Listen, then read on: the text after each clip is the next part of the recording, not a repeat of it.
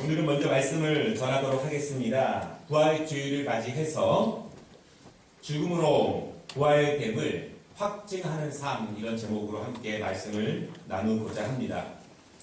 한국에서 가장 대중화된 종교는 불교입니다. 불교 신자가 가장 많다고 그렇게 통계가 되어 있고요. 기독교인들도 우리의 무의식 속에서 불교적 영향을 많이 받고 그렇게 살았습니다.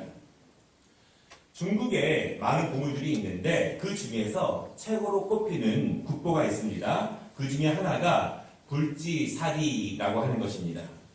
전 세계에서 하나밖에 없고요. 그리고 유네스코가 지정한 세계의 9대 기적 가운데 하나입니다. 불지사리, 이것이 무엇일까요? 불교의 창시자인 석가모니의 손가락 사리입니다. 다시 말하면 손가락 뼈입니다. 석가모니가 열반한 뒤에 석가모니가 죽은 이후에 불을 통해서 모든 것을 태우는 그 다비식을 7일 동안 진행한 다음에 사리가 수천 개가 나왔는데요. 그때 사리와 남은 손가락 뼈가 바로 이 뼈입니다. 석가모니는 기원전 544년경에 죽은 것으로 알려져 있습니다. 지금부터 약 2563년이나 전의 이야기입니다.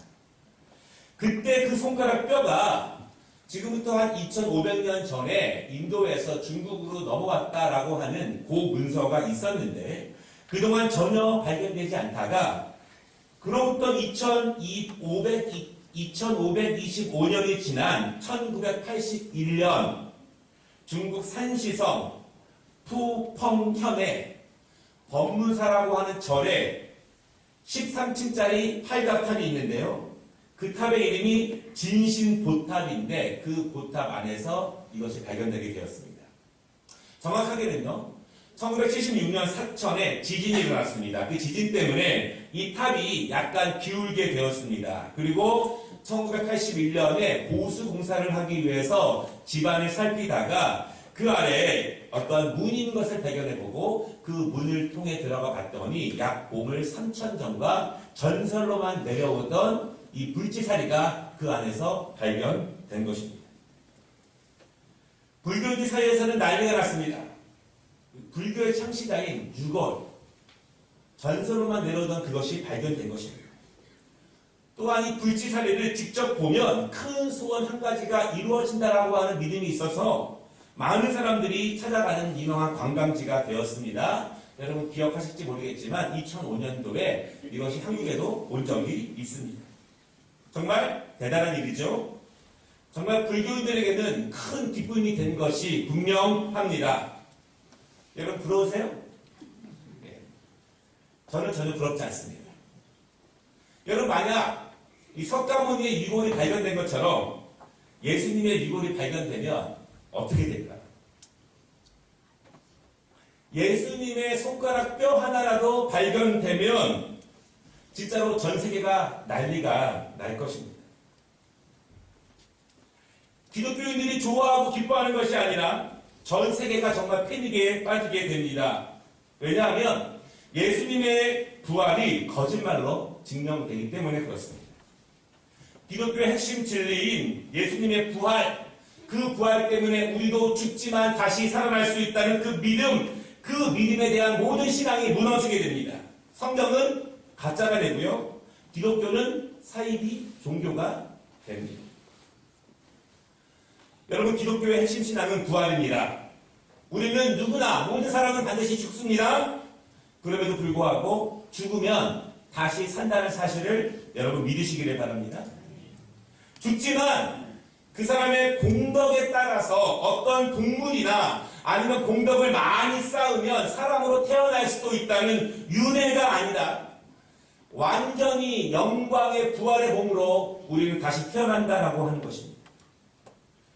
우리의 선함과 우리의 공덕이 아니라 오직 믿음만으로 얻어지는 부활의 은혜입니다. 여러분 유교도 공자가 부활했다는 말을 하지 않습니다. 이슬람의 마호메트도 부활에 대해서 말하지 않습니다. 오히려 무슬림들은요, 사우디에 있는 이 마호메트의 무덤을 깊이 참배하는 것을 중요한 신앙인의 모습으로 이야기합니다. 부활은 오직 기독교만 말하는 핵심 신앙입니다. 예수님은 죽으셨지만 이 우주 만물의 모든 사망과 권세를 주관하시는 그것을 이기시고 우리에게 부활을 확증시키신 그 사실입니다. 바라기는 여러분, 우리는 이 땅에서 잠시 살지만 하나님 나라에서 영광의 모습으로 영원토록 살 것을 분명히 믿으시기 바랍니다. 오늘 말씀을 통해서 우리가 중요하게 생각해볼 문제가 있습니다. 우리는 우리의 부활을 믿습니다. 그런데 문제는 그 부활이라고 하는 것은 우리가 죽어야만 누릴 수 있는 것이냐, 우리가 죽은 후에만 우리에게 축복으로 찾아오는 것이냐, 혹시 이 땅에서는 경험할 수 없느냐, 현재의 삶 가운데서는 부활의 은혜와 영광을 누릴 수는 없는가에 대해서 한번 생각해 볼 필요가 있습니다. 여러분, 제가 결론부터 말씀을 드리면 하나님의 영화로우신 뜻은 이미 하나님의 나라에서 이루어졌습니다. 그리고 그 뜻은 이 땅에서도 이루어지고 있음을 믿으시기를 바랍니다. 우리는 그렇기 때문에 이 땅에서도 부활의 은혜를 우리의 삶 가운데에서 세밀하게 능력 있게 경험할 수 있다는 사실을 여러분 믿으시기를 바랍니다.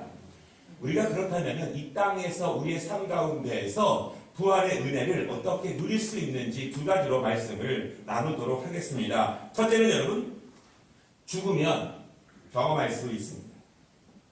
모든 종교가 말하지 않는 부활을 기독교는 말하고 있습니다. 다른 종교와 무신론자의 입장에서는요, 기독교는 완전히 모순덩어리입니다. 어떻게 죽은 사람이 다시 살아나?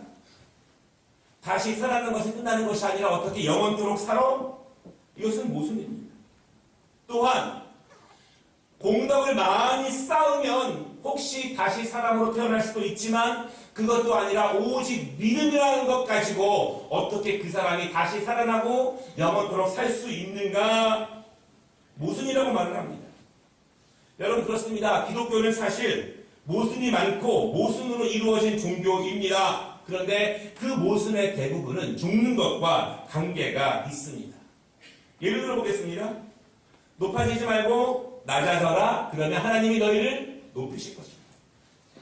내가 높아지는 것이 아니라 내가 낮아지면 하나님이 우리를 높이실 것이라고 말씀을 하십니다. 섬김 받는 것을 좋아하지 말고 먼저 섬기는 자가 되라. 대접을 받지 말고 대접하라. 그것이 천국의 약속입니다. 오리를 가자고 하면 심리를 가고 겉옷을 달라고 하면 속옷까지 주라. 받는 것보다 주는 것을 더욱더 사랑하라. 그리하면 하나님이 갚으십니다. 왜? 받는 것보다 왜 더 줍니까? 하나님이 갚으신다는 믿음이 있기 때문에 그렇습니다. 우리가 이렇게 하는 이유는 명확합니다. 사람들이 혹시 못 알아주고 사람들이 갚아주지 않아도 하나님이 알아주시고 하나님이 갚아주신다고 하는 분명한 믿음이 있기 때문에 그렇습니다. 여러분, 그런데 세상 사람들에게 이것이 모순입니다. 모순입니다. 어떻게 높아져야 하는데 내가 낮아져야 하는가? 내가 받아야 하는데 내가 왜 주어야 하는가? 여러분, 세상 사람들에게는 그것이 모순이지만 하나님에게는 그것이 법칙임을 믿으시기 바랍니다. 우리가 말하고 있는 모든 모순 덩어리들은 모든 죽는 것과 관계가 있습니다. 사실 우리가 이 땅에서 신앙생활하고 있는 모습은 사실은 죽는 연습입니다. 성령께서 날마다 우리의 삶 속에서 죽이는 연습을 통해서 우리를 거룩하게 하시고 그 영원한 부활의 모습으로 우리를 준비시키는 것은 예수님이 죽음으로 부활을 이루신 것처럼 우리의 날마다의 죽는 연습을 통해서 그 부활의 영광으로 점점 가까이 우리를 인도하십니다. 내 자존심을 죽이는 것입니다. 할 수 없는 상황이지만 정말 높아지고 싶은 시간이지만 그것을 죽이는 것입니다. 지금 나를 죽이는 것입니다. 섬기기 정말 어려운 사람을 바라보면서 섬김으로 나를 죽이는 것입니다. 높아지고 싶고 받고 싶고 칭찬받고 싶은데 그렇게 하지 않으면서 나를 죽이는 것입니다. 내 자존심을 죽이는 것이고 내가 가장 소중하게 여기는 것을 죽이는 것이고 내가 결코 포기하지 못하는 것을 죽이는 것이고 그렇게 이해가 되지 않아도 믿음으로 그것을 죽이면서 우리는 순종에 나아가는 것입니다. 여러분, 결국 우리가 주님을 섬기고 부활의 영광의 몸으로 다시 하나님의 나라에 갈 때까지 우리의 일생은 결국 예수님이 죽음의 길을 위해서 이 땅에 오신 것처럼 우리도 죽는 훈련이라는 사실을 여러분 기억하시기를 바랍니다. 무엇이 믿음입니까? 무엇이 거룩한 것입니까? 죽는 훈련을 잘하는 거예요. 자주 하는 것입니다. 내가 할 수 없는 순간에도 우리는 죽음을 통해서 주님의 모습을 배워가는 것입니다. 그래서 바울은 고백합니다. 고린도전서 15장 31절에 형제들아 내가 그리스도 예수 우리 주 안에서 가진 바 너희에 대한 나의 자랑을 두고 단언하노니 나는 날마다 죽노라. 여러분 예수님을 따라가면서 합리적이고 이성적인 것만 추구해서는 안 됩니다. 주님은 이 땅에 왕으로 오시지 않았고 오시는 자체가 종의 모습으로 오셨고 죽음의 길을 가기 위해서 오셨습니다. 어떤 왕이 그렇게 그 길을 걸어갑니까? 우리는 높아지기 위해서 예수를 믿는 것이 아닙니다. 우리는 죽는 연습을 위해서 우리는 예수를 믿는 것입니다.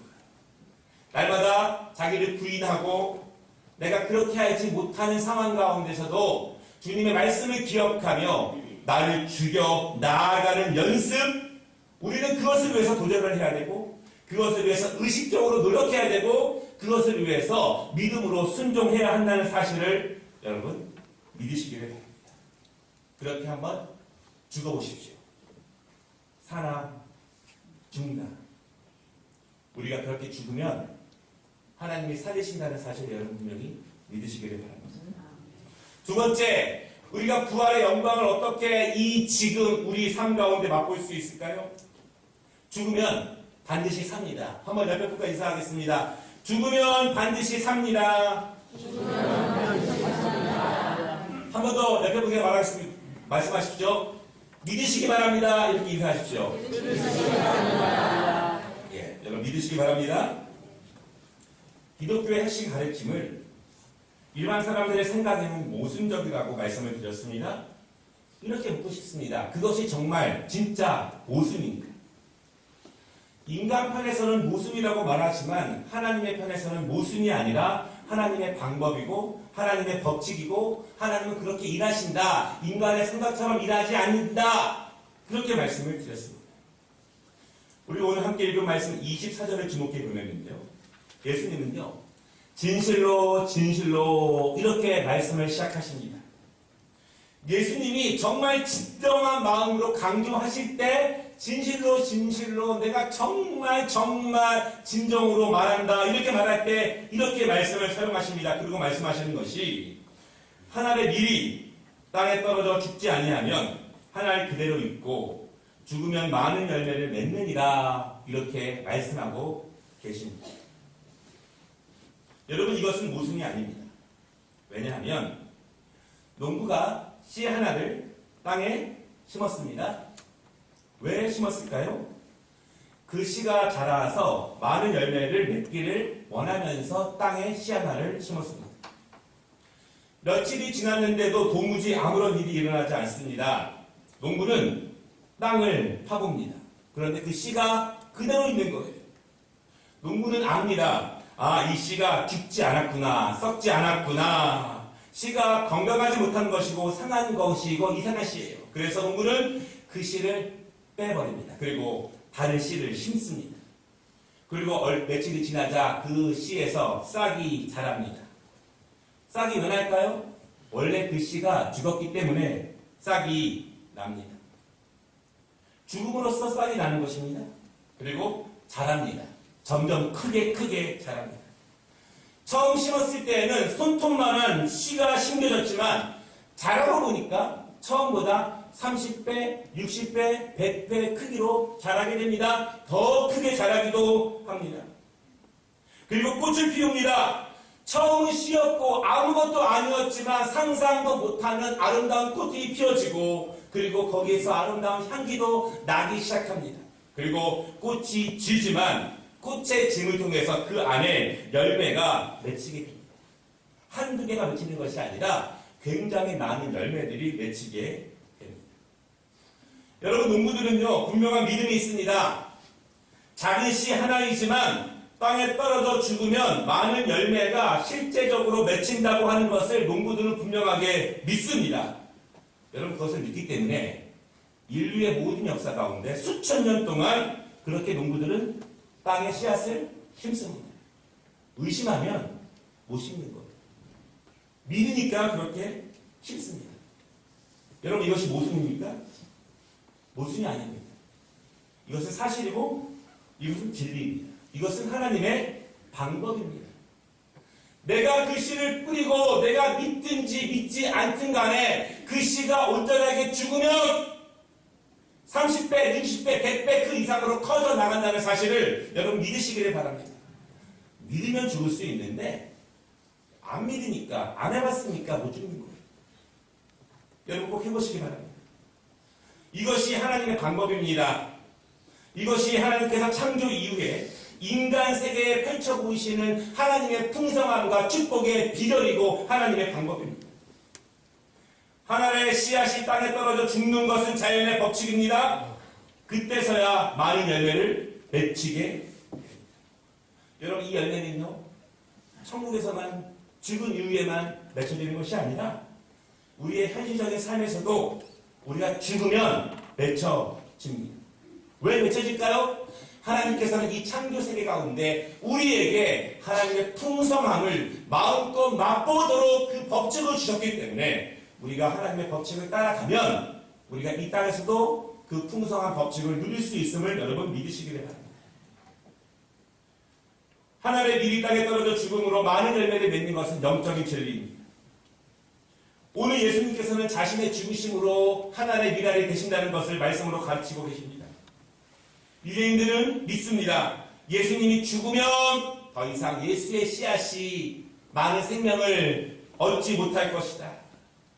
더 이상 예수를 따르는 사람들은 없을 것이다. 로마 군인들은 믿습니다. 예수가 죽으면 예수의 가르침은 멈출 것이다.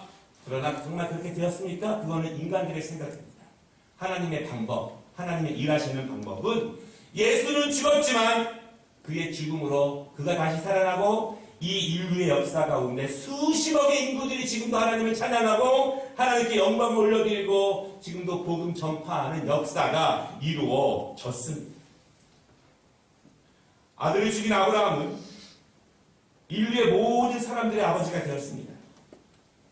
자신이 먹어야만 하는 물고기와 보리떡을 드린 소녀는 자기 부인은 수많은 사람들을 배불리 먹이는 능력으로 부활되었습니다. 죽음을 무릅쓰고 나는 죽어도 좋습니다. 나는 죽어도 하나님의 영광 받으신다면 나는 그 풀무불 속으로 들어갈 수 있습니다. 이렇게 외친 다니엘의 세 친구는 그가 다시 살아남으로 부활됨으로 바벨론 왕과 수많은 사람들에게 하나님의 살아계심을 증거했습니다. 우리 기독교의 수많은 순교자들의 죽음은 그냥 이름 없이 사라진 것이 아니라 전 세계에 복음의 생명이 넘쳐나는 은혜로 다시 부활된 것입니다. 수많은 선교사들의 자기 부인, 지금도 자기의 욕망과 비전을 죽이면서 그 인생을 하나님께 드린 그 뿌림을 통해서 이 땅의 수많은 지역에서 하나님의 생명들이 다시 태어나게 됩니다. 세상 사람들은 모순이라고 말합니다. 그러나 죽어야 사는 것이 진리입니다. 죽어야 많은 생명이 다시 태어나는 것이 하나님의 법칙입니다. 여러분, 죽이지 않으면 부활될 것을 믿지 마시기를 바랍니다. 죽이지 않고 부활의 영광을 맛보는 그러한 헛된 믿음을 갖지 마시기를 바랍니다. 말씀을 마치겠습니다. 오늘 말씀의 제목이 죽음으로 부활됨을 확증하는 삶, 이런 제목입니다. 우리의 부활은 죽음 이후에나 맛보는 것이 아니라는 것입니다. 우리의 삶 속에서도 부활을 날마다 맛볼 수 있는 것이고 그것을 날마다 더욱더 풍성하게 키워갈 수 있다는 믿음입니다. 내 욕심이 죽으면 하나님의 약속이 부활합니다. 내 자존심이 죽으면, 내가 포기하지 못하는 것이 죽으면 하나님의 비전이 부활합니다. 나의 헛된 시간들이 죽으면, 나의 순종하지 못하는 것들이 죽으면 그때 하나님의 능력이 부활합니다.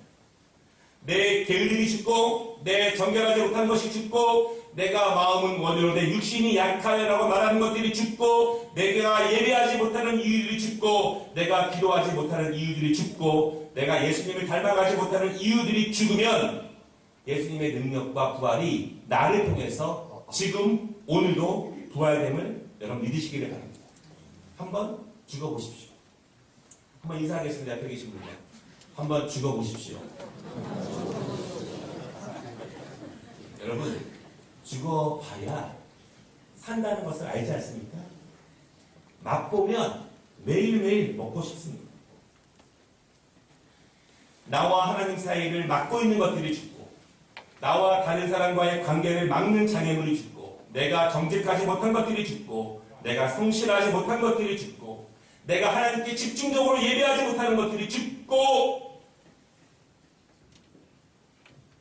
나된 것이 죽는다면 예수님이 나를 살리십니다.